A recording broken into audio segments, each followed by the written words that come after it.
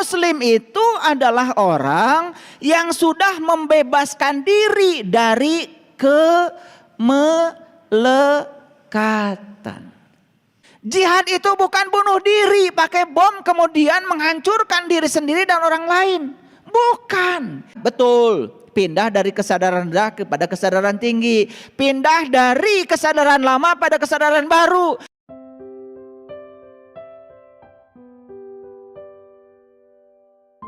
Selama ini kita sering mengira musuh terbesar berada di luar sana.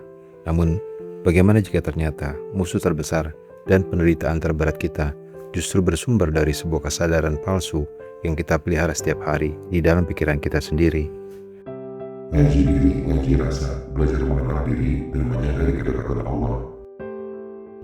Dan nama orang yang sudah mati lalu kami hidupkan dan kami berikan kepadanya cahaya yang terang, yang dengan cahaya itu dia dapat berjalan di tengah-tengah masyarakat manusia, serupa dengan orang yang berada dalam gelap gulita yang sekali-kali dia tidak dapat keluar daripadanya.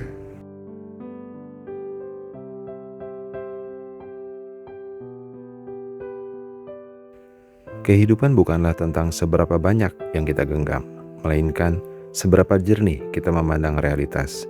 Banyak jiwa terjebak dalam labirin penderitaan, bukan karena kurangnya materi, melainkan karena krisis kesadaran. Jadi siapa kalau itu Muslim itu? Muslim itu adalah orang yang sudah membebaskan diri dari kemelekatan.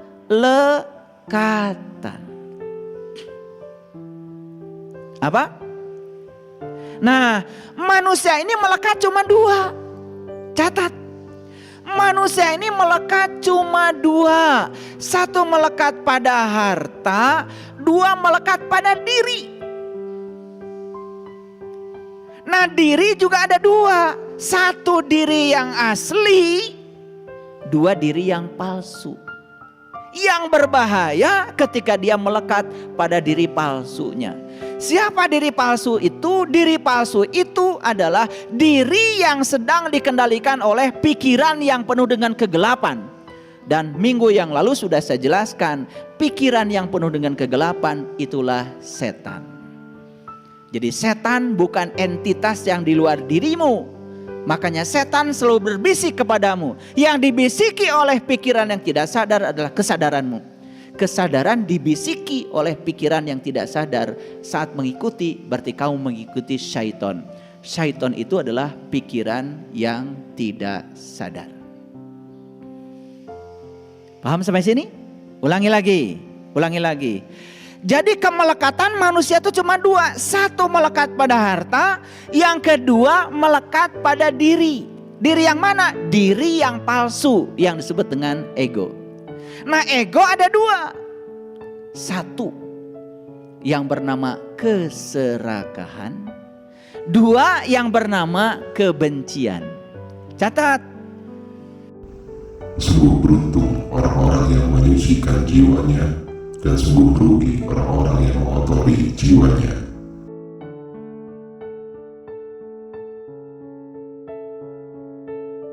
Di kedalaman tasawuf, definisi Muslim bukan sekedar identitas administratif. Ia adalah kondisi Islam, kepasrahan total atau fana. Seseorang belum benar-benar berserah selama ia masih melekat pada topeng keduniaan dan aku yang palsu. Seorang psikolog dan kesadaran modern yang bernama Carl Jung merujuk ini sebagai ego versus true self. Ego dibentuk oleh memori, kondisi sosial, dan trauma masa lalu. Ketika seorang menyatu dengan egonya, ia hidup dalam pikiran tak sadar yang rentan terhadap kecemasan dan impulsif. Secara frekuensi dan energi, bisikan ego adalah syaitan yang bekerja seperti kebisingan atau interferensi gelombang pikiran rendah.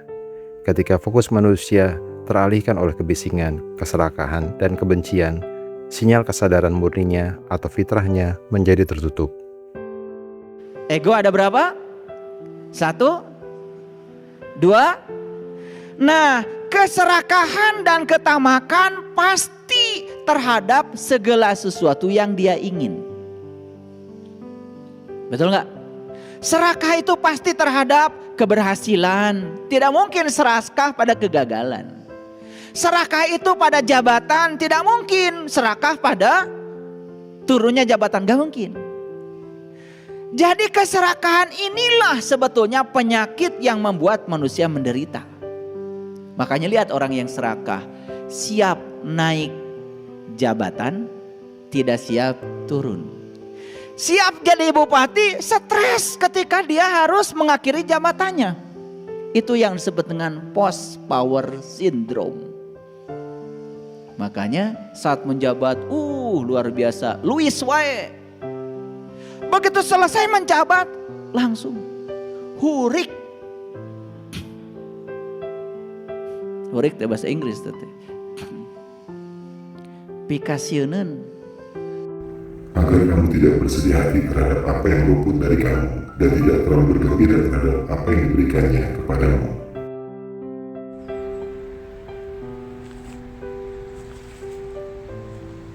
Dalam psikologi dan neuroscience, keserakahan dan kebencian adalah respon dasar dari amigdala yang terus menuntut dopamin atau menghindari rasa sakit. Otak manusia sering terjebak pada hedonic treadmill, yaitu terus menginginkan yang tidak ada dan membenci apa yang ada. Prinsip universal mengajarkan bahwa penderitaan atau duka atau gesekan jiwa lahir dari kemelekatan dan penolakan. Saat kita menolak peristiwa dengan kebencian, kita menciptakan resistensi energi yang melelahkan tubuh dan mental. Penawar dari dua penyakit ini adalah ridho atau menerima kehendaknya, dan zuhud atau hati yang tidak terikat oleh apa yang ada di tangan maupun yang lepas dari tangan. Nah sekarang gimana caranya kita bisa melepaskan diri dari kemelekatan satu pada harta, dua pada ego. Nih. Melepaskan diri dari kemelekatan pada harta dan ego, itulah yang disebut dengan jihad. Apa? Apa artinya jihad? Jihad itu bukan menyerang orang pakai bom. Jihad itu bukan bunuh diri pakai bom kemudian menghancurkan diri sendiri dan orang lain. Bukan.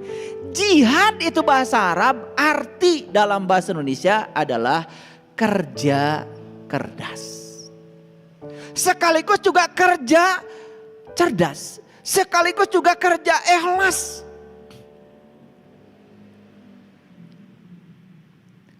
Jadi jihad itu sebetulnya sungguh-sungguh artinya. Sekarang pertanyaan saya, apakah para sahabat sungguh-sungguh ingin mengubah nasib? Jawab dulu. Apakah para sahabat sungguh-sungguh ingin mengubah nasib? Ya. Kalau sungguh-sungguh ingin mengubah nasib, ya mari. Sungguh-sungguh belajarnya, sungguh-sungguh memprosesnya, sungguh-sungguh di dalam ikhtiarnya. Nah, sungguh-sungguh itulah yang disebut dengan jihad.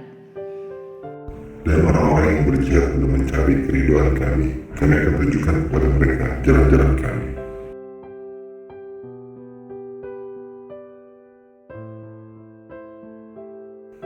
Kata jahada secara etimologi sains bahasa Arab berarti mencurahkan segenap daya dan kemampuan. Narasi bahwa jihad adalah pengerusakan visual merupakan penyempitan makna yang keliru secara terminologi teologi. Jihad adalah representatif dari ketahanan mental dan kesungguhan tanpa henti untuk berproses atau growth mindset. Tanpa kesungguhan atau jihad ikhtiar, manusia hanya akan menjadi korban dari keadaan. Ini sejalan dengan konsep jihad al-nafs atau perang melawan hawa nafsu yang oleh para ulama ma'rifat disebut sebagai jihad akbar atau perjuangan terbesar. Jadi jihad itu cuma dua. Satu dengan harta, dua dengan diri. Diri yang mana? Diri yang palsu. Melepaskan kemelekatan pada harta dan diri yang palsu, itulah jihad. Betul gak kalau kita gak sungguh-sungguh sulit untuk mencapainya? Baik, sekarang saya tunjukkan dulu ayatnya supaya ngerti apa sih kata Quran. Saya akan tunjukkan pertama Quran surat Al-Baqarah dulu deh. Al-Baqarah dulu. Al-Baqarah ini agak panjang ya kajian kita. Mohon bersabar. Saya akan tunjukkan Al-Baqarah ayat 218 dulu deh. Oke, lihat sini semuanya. Innallazina amanu, sesungguhnya orang beriman, walladzina hajaru, dan orang-orang yang sungguh-sungguh ingin berubah. Jadi hajaru itu apa? Hijrah. Hijrah itu intisarinya berubah. Nah, kita selama ini mengartikan hijrah pindah. Betul, pindah dari kesadaran rendah kepada kesadaran tinggi, pindah dari kesadaran lama pada kesadaran baru, pindah dari kehidupan yang membuat kita selalu menderita pada kehidupan yang membuat kita penuh sukacita. Tahu sekarang? Tahu sekarang? Oke, itu hajaru, hijrah. Allah melindungi orang-orang yang beriman. Dia mengeluarkan mereka dari kegelapan kepada cahaya.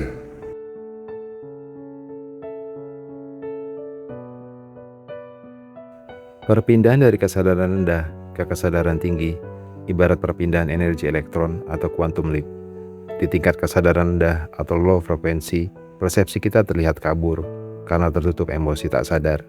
Di tingkat kesadaran tinggi atau high frekuensi, segalanya terlihat jernih.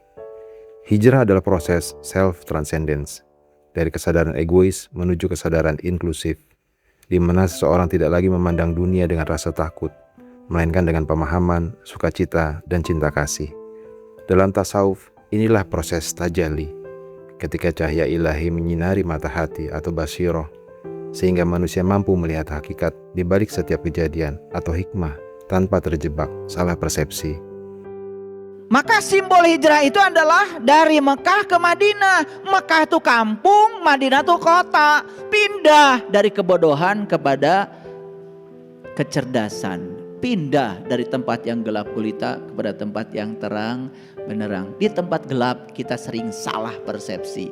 Di tempat terang karena jelas kelihatan tidak mungkin salah lagi. Nah, di Quran dikatakan sesungguhnya orang yang beriman, siapa itu? Wallazina hajaru, yaitu orang yang mau berubah.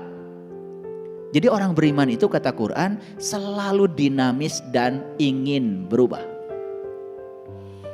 Minum dulu ya.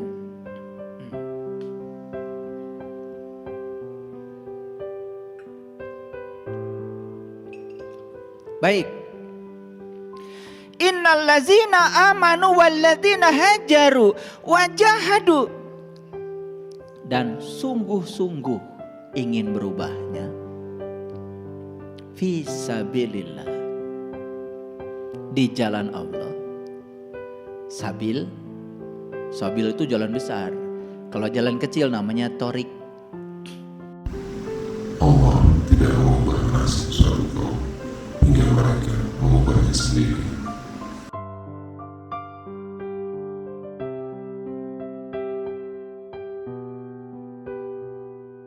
Alam semesta ini dirancang secara dinamis.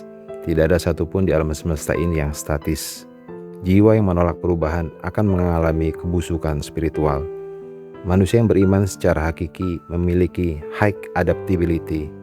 Mereka tidak terjebak dalam dogma kaku, melainkan terus belajar, bertumbuh, dan memperbarui cara pandang mereka seiring bertambahnya ilmu. Bergerak di jalan Allah atau suluk adalah perjalanan tanpa akhir atau safar. Orang yang beriman terus bertambah makrifatnya dari hari ke hari, menjadikan setiap detik sebagai momentum pencerahan baru. Wahai jiwa yang tenang, kembalilah kepada Tuhanmu dengan hati yang ridho dan diridhoinya, maka masuklah ke dalam golongan hamba-hambaku dan masuklah ke dalam surgaku. Membebaskan diri dari ego dan kemelekatan bukanlah pekerjaan satu malam, melainkan perjalanan seumur hidup. Saat kita berani melangkah dari kesadaran yang sempit menuju cahayanya yang luas, disitulah penderitaan berganti menjadi sukacita yang abadi. Yakin, jiwa kita senantiasa diberikan keberanian untuk terus bertumbuh, bertransformasi, dan pulang dalam keadaan tenang.